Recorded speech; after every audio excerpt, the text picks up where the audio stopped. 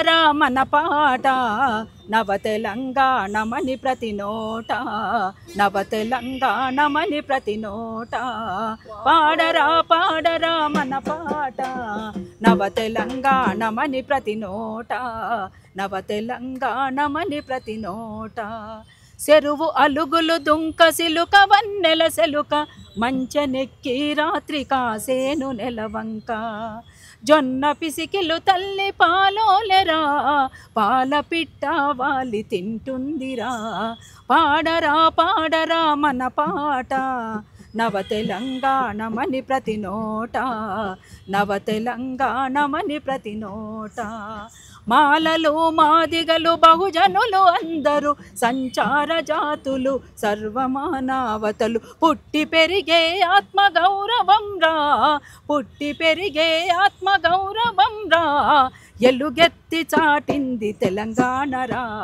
పాడరా పాడరా మన పాట నవ తెలంగాణమని ప్రతి నోట నవ తెలంగాణమని ప్రతి నోట ఆదివాసుల కొలువు సమ్మక్క సారక్క బహుజన రాజ్యమే సర్వాయి పాపన్న బహుజన రాజ్యమే సర్వాయి పాపన్న రైతాంగ సాయుధ పోరాటమై రైతాంగ సాయుధ పోరాటమై ఈ జగతిలో వెలుగొందే తెలంగాణరా పాడరా పాడరా మన పాట నవ తెలంగాణమని ప్రతి నోట నవ తెలంగాణమని ప్రతి నోట.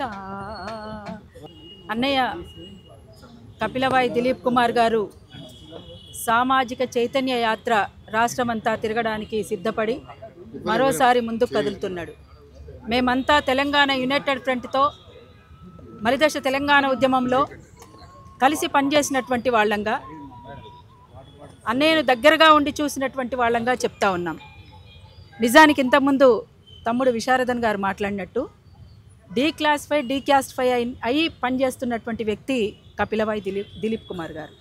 ఎందుకంటే మేము దగ్గరుండి చూసాం, మలిదశ తెలంగాణ ఉద్యమం అంతా కలిసి పనిచేసినాం. అందుకని ఇవాళ చేస్తున్నటువంటి ఈ ప్రయత్నానికి మరొకసారి అన్నయ్యకు వాళ్ళ టీం అందరికీ కూడా మరొకసారి అభినందనలు తెలియజేస్తూ ఉన్నాం. అయితే మిత్రులారా, ఇవాళ దేశమంతా జనగణన జరగాలి.